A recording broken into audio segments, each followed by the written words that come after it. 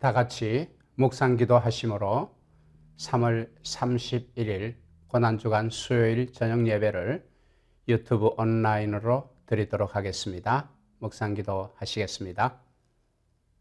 육신을 좇는 자는 육신의 일을, 영을 좇는 자는 영의 일을 생각하나니 육신의 생각은 사망이요 영의 생각은 생명과 평안이니라. 아멘. 찬송가 144장, 새 찬송가 144장, 예수 나를 위하여 다 함께 찬송하겠습니다.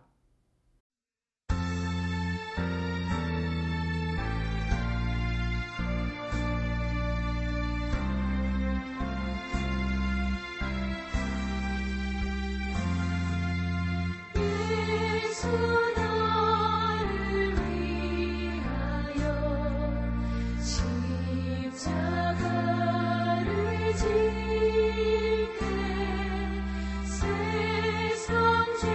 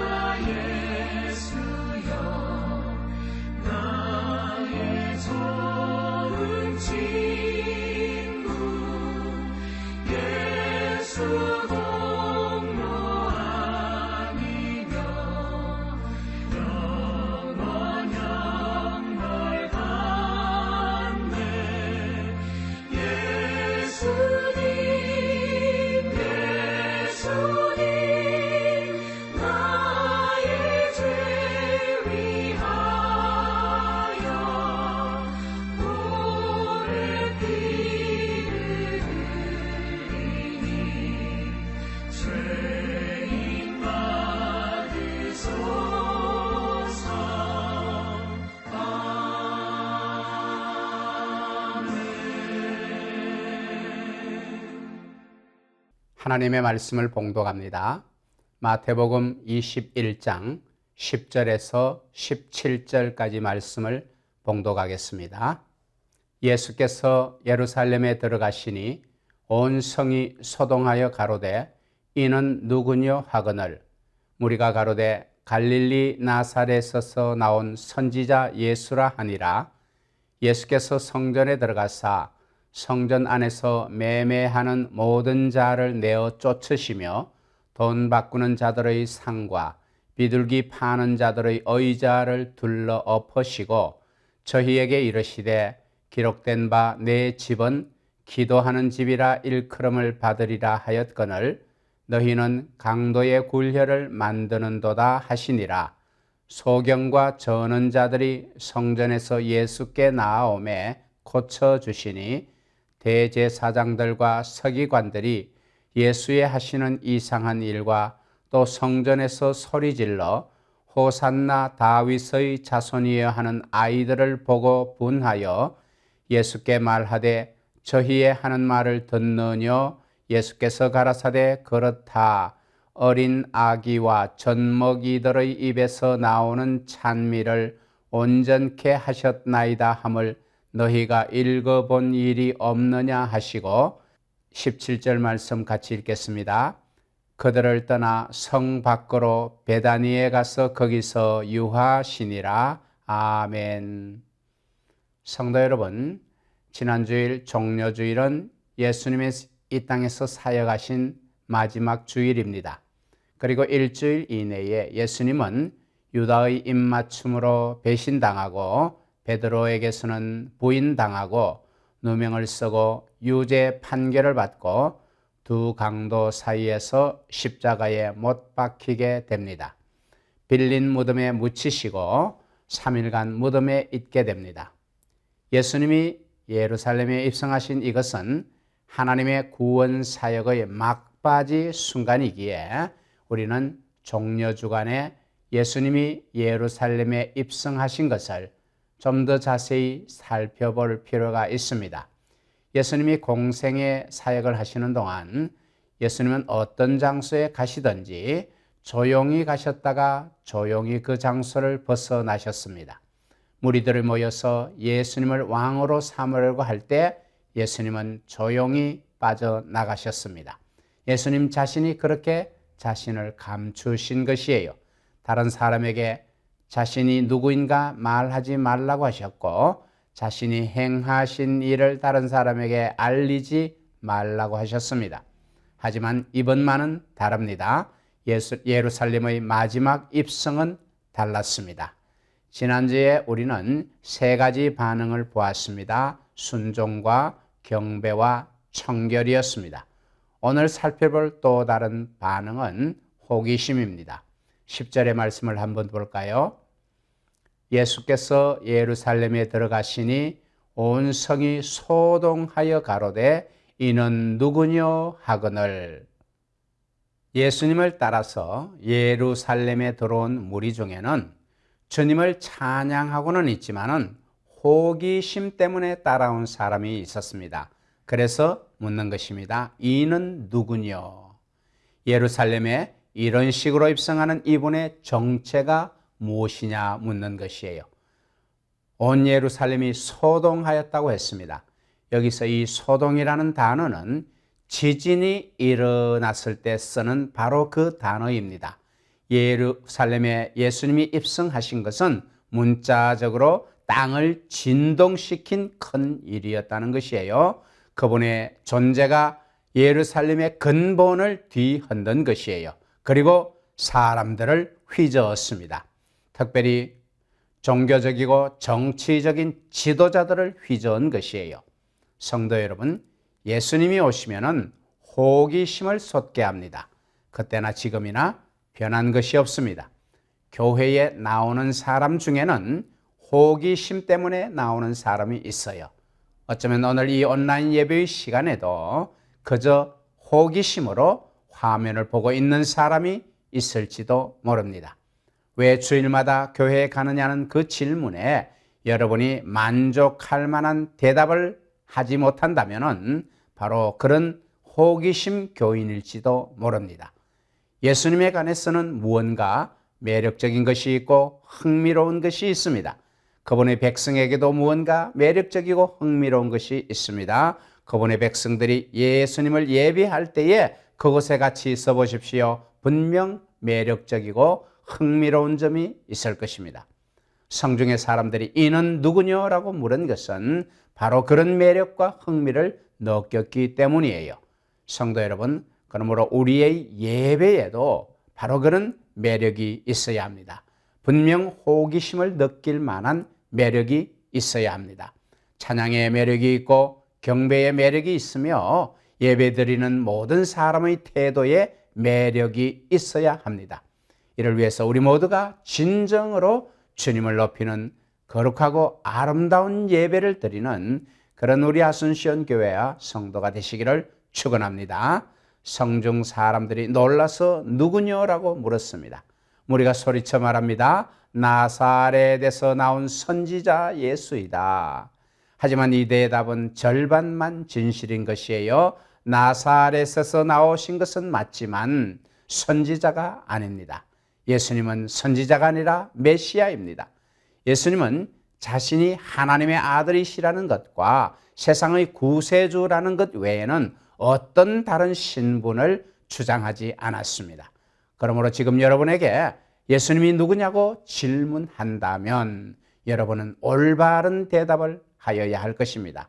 마태복음 16장에 보면 예수님께서 베드로에게 너는 나를 누구라고 생각하느냐고 물었을 때에 베드로가 이렇게 대답을 하였습니다. 주는 그리스도시요 살아계신 하나님의 아들이시니이다. 여러분에게도 물었을 때에도 한치의 어긋남이나 망설임이 없이 확신에 찬 음성으로 예수님은 그리스도이십니다. 그분은 하나님의 아들이십니다. 저와 당신의 죄를 위하여 죽으셨고 사흘 만에 부활하셨습니다. 지금 천국에서 하나님 우편에서 기도하고 계시며 세상을 심판하러 다시 오실 것입니다. 그분이 다시 오시기 전에 예수 그리스도를 믿어야만 심판을 면하고 천국에 갈 수가 있습니다. 라고 대답하는 그런 성도가 되시기를 축원합니다. 성도 여러분, 예수님을 옹위한 무리들이 호산나 찬양을 했지요. 그것은 많은 사람들의 호기심을 불러 일으켰습니다. 하지만 아무리 찬양을 통하여 호기심이 생겨도 하나님의 말씀을 가르치지 않으면 이 사람들은 여전히 예수가 누구인지 모릅니다. 왜 오셨는지 모릅니다. 그래서 예수님을 바로 알지 못하면은 찬양에서 저주로 일순간에 그 입술이 바뀌고 마는 것이에요. 찬양은 좋은 것이지만 찬양만으로 복음을 충분히 설명할 수가 없습니다. 찬양한 후에는 반드시 말씀을 받아야만 하는 것이에요. 그래야 예수 그리스도를 바르게 알게 됩니다. 그분이 왜 세상에 오셨고 왜 십자가에 죽으셨으며 어떻게 부활하셨고 지금 어디에 계시는지 알게 되는 것이에요. 그리고 그분이 다시 오신다는 것을 알게 됩니다. 그분이 처음 오셨을 때는 세상을 구원하려고 오셨지만은 다시 오실 때는 세상을 심판하러 오실 것입니다. 우리가 예수 그리스도를 알지 못해서 예수를 반대하고 예수를 저주하다가 그 심판의 날에 망하는 일이 없도록 말씀을 듣는 일과 배우는 일에 열심히 내시는 그런 성도가 되시기를 축원합니다. 다섯 번째 반응은 반대와 저항입니다. 15절 말씀과 23절 말씀을 보십시오. 마태복음 21장 15절 대제사장들과 서기관들이 예수의 하시는 이상한 일과 또 성전에서 소리질러 호산나 다윗의 자손이여 하는 아이들을 보고 분하여. 마태복음 21장 23절 예수께서 성전에 들어가 가르치실새 대제사장들과 백성의 장로들이 나와 가로되 내가 무슨 권세로 이런 일을 하느냐 또 누가 이 권세를 주었느냐. 예수님이 예루살렘에 오셨을 때에 어떤 무리의 반응은 반대와 저항이었습니다. 특히 종교 지도자들이 예수님을 배척했습니다. 왜냐하면 예수님이 그들의 권위를 위협했기 때문입니다. 그들이 율법으로 사람을 지배하는 것에 대해 위협이 되었고 그들이 가르치고 있는 하나님의 지식에 대하여 위협이 되었으며 그들이 가르치는 구원의 길에 대하여 위협이 되었기 때문입니다. 성도 여러분, 그러므로 예수님이 오시면 우리는 늘 반대가 있다는 것을 예상해야 합니다. 여러분이 삶에 예수님이 들어오신다면 반대가 있다는 것을 반드시 예상해야 하는 것이에요. 사람들이 처음 예수님을 믿고 기독교인이 되었을 때에 반대와 저항이 그들에게 생각보다 크게 다가옵니다. 예수 믿고 잘 되는 줄 알았는데 오히려 갑자기 문제가 생기고 어려움이 생기면은 그들은 굉장히 당황하고 놀라게 됩니다. 내가 예수를 잘못 믿었나? 예수 믿은 것 때문에 이런가? 그렇게 놀라고 당황하게 되는 것이에요. 하지만 저는 그런 분들에게 가끔 이렇게 말하고 싶을 때가 있습니다. 우리가 예수를 믿고 기독교인이 된다는 것은 무슨 마술 지팡이를 가진다는 것이 아니에요. 예수를 믿는다는 것이 삶을 편하게 해주는 그런 마술 지팡이가 아니라는 말입니다. 오히려 예수를 믿는 것은 반대와 저항을 각오해야 한다는 것이에요. 성도 여러분, 물론 예수님이 우리에게 오시면 우리가 그분을 반대하고 저항하는 것이 아니에요. 사탄이 반대를 하고 또 우리의 본성이 저항을 하는 것이에요. 사탄은 자신이 잡은 영혼을 놓치기 때문에 반대를 하는 것이고 그래서 저항을 하는 것이고 우리의 죄의 본성이 너무나 질겨서 반대하고 저항하는 것이에요. 사도 바울은 바로 그런 우리의 죄의 본성을 이렇게 잘 지적해 주었습니다. 로마서 7장 15절 나의 행하는 것을 내가 알지 못하나니 곧 원하는 이것은 행하지 아니하고 도리어 미워하는 그것을 함이라. 마음은 옳은 것을 행하기를 원하지만 실제로는 옳지 않은 것을 행하는 죄의 본성이 얼마나 질긴가를 우리에게 가르쳐주고 있는 말씀이에요. 죄의 본성이 반대와 저항을 하는 것입니다. 또 반대와 저항은 가족이나 친구에게서 올 수도 있습니다. 우리가 진정으로 그리스도를 만나면 모든 것이 바뀝니다. 나의 삶이 바뀌어요. 무엇이 중요한지를 알게 되고 무엇을 먼저 해야 되는지를 알게 되기 때문에 옛날의 그 모습 그대로의 나가 아니라 전혀 다른 내가 됩니다. 그러면 가족이나 친구가 너무나 달라진 내 모습 때문에 당황하게 되는 것이죠. 옛 모습대로 돌아오기를 바라고 강요합니다. 그래서 반대와 저항이 그들에게서 오게 되는 것이에요. 심지어 교회 안에서도 이런 저항과 반대가 있습니다. 왜냐하면 겉으로는 신자인 척하는 자들이 진정으로 바뀐 그 삶의 모습을 보고 부담을 느끼게 되는 거예요. 그들에게도 그리스도가 필요하다는 것을 알려주게 되니까 그래서 이런저런 이유를 들어서 그렇게 변한 사람에 대하여 반대와 거부를 하고 또 예수를 진정으로 그들이 받아들이지 않는 것이에요. 성도 여러분, 제가 청년의 때에 팔당댐 위쪽에 그 양수리 근처에서 보트를 타본 적이 있습니다. 댐 위쪽에 있기 때문에 강물이 그렇게 급하게 흐르지를 않지만은 그래도 아래쪽으로 흘러가는 강물이에요. 그래서 보트를 타고 강에 나가서 보트에 가만히 누워 있으면은 하늘을 쳐다보고 구름 바라고 있으면은 아주 보트가 천천히 편안하게 아래쪽으로 흘러 내려갑니다. 그런데 한참 내려오면은 너무 멀리 내려오면은 또 보트를 반납해야 되는데 반납할 수 없으니까 이제 위쪽으로 올라가야 돼요. 그래서 위로 올라가기 위하여 노를 젓는데 그때 노를 저어 보면은요 내려갈 때의 속도보다 훨씬 더 느린 속도로 간신히 위로 올라가게 되는 거예요. 내려오는 시간보다 훨씬 많은 시간이 걸려서 그렇게 보트장에 도착하게 됩니다. 우리가 그리스도를 만나면은 세상의 흐름과는 반대로 갈 수밖에 없습니다. 그것은 세상을 거스르는 것이기 때문에 반대와 저항이 필연적으로 따라오게 되어 있습니다.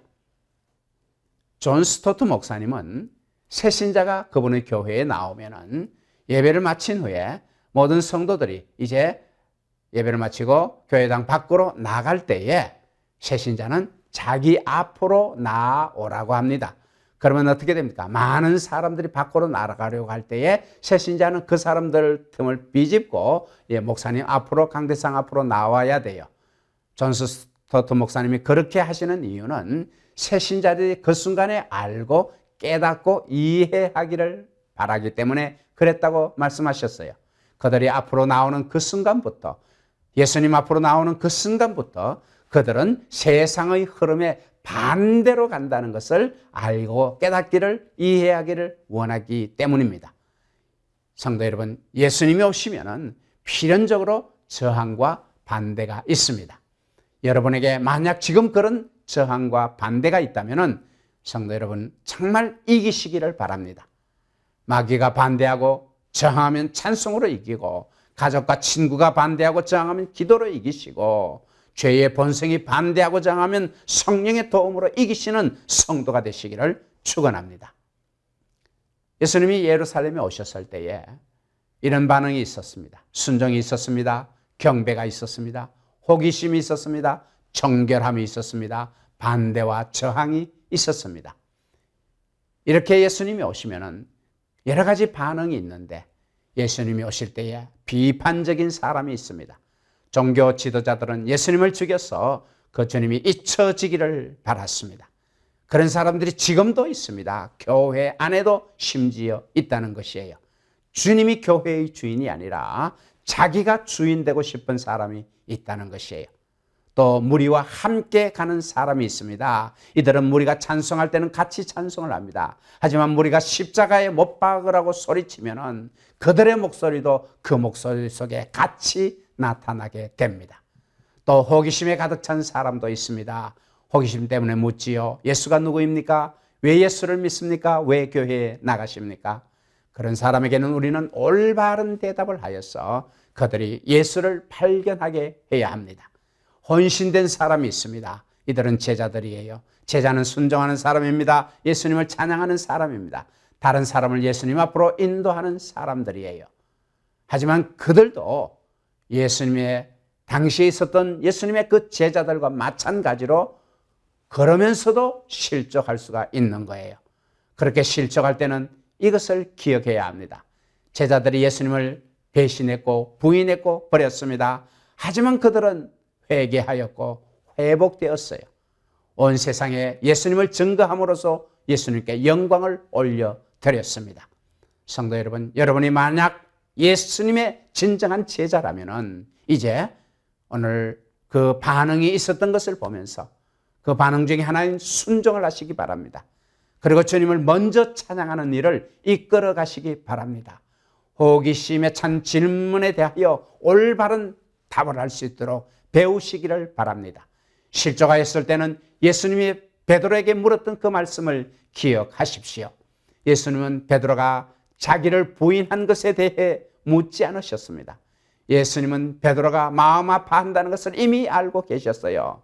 베드로가 배에서 뛰어내려 해변가에 있는 예수님에게 달려갔을 때에 베드로의 얼굴에는 온통 미안합니다, 미안합니다라고 덮여 있었던 것이에요. 그래서 예수님은 베드로에게 이렇게 물으셨어요. 너가 나를 사랑하느냐? 너가 나를 사랑하느냐고 물으셨어요. 그러므로 우리도 정말 예수님의 제자로서 살다가 정말 우리의 육신의 연약함 때문에 실족하였을 때에 베드로를 따라 하십시오.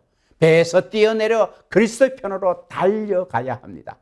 죄악의 자리에서 일어나 예수님 곁으로 달려가야 하는 것이에요.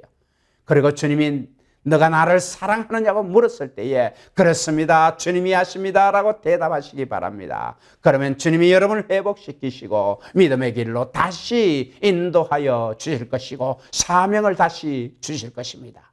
그렇습니다. 우리는 실족하였을 때는 회개가 필요하고 주님에게 용서를 구해야 합니다. 그것이 우리가 예수님에게 달려갔을 때 해야 하는 일이에요. 베드로는 육체적으로 예수님에게 달려갔지만은 우리는 영적으로 예수님에게 달려가야 하는 것이에요. 그리고 그분에게 용서를 구해야 합니다. 하지만 예수님의 관심은 우리가 미안해하는 것이 아니라 우리가 주님을 사랑하느냐, 그것이에요. 그것이 예수님의 관심이에요. 그리고 우리는 우리가 주님을 사랑한다는 것을 우리가 알고 있습니다. 왜 그렇습니까? 주님이 우리를 먼저 사랑하셨기 때문입니다. 예수님이 우리에게 오셨고 우리가 예수님에게 왔기 때문에 이제 우리의 삶이 변했습니다. 예전의 삶으로 다시는 돌아갈 수가 없습니다. 이 고난주간에 주님이 예루살렘에 오셨을 때에 일어난 반응 중에서 우리가 어떤 반응을 해야 하겠습니까? 호기심으로 끝나는 신앙으로 마치지 않기를 바랍니다. 반대와 저항으로 거역하지 않기를 바랍니다. 순종과 찬양과 경배로 주님을 높이며 주의 이름이 내 가슴 속에, 내 영혼 속에, 나의 행동 속에서 가장 귀한 이름이 되시기를 간절히 축원합니다. 기도하겠습니다. 걸어가신 하나님 아버지, 날 위하여 십자가에 죽으신 예수님을 찬양합니다. 내 죄를 속하시려 거머쥔 고난을 당하신 주님 앞에 경배를 드립니다. 예수님이 예루살렘에 오시듯 내 마음에 오실 때에 제자들처럼 순종하게 하시고 주님에게 경배할 수 있도록 주여 도와주옵소서.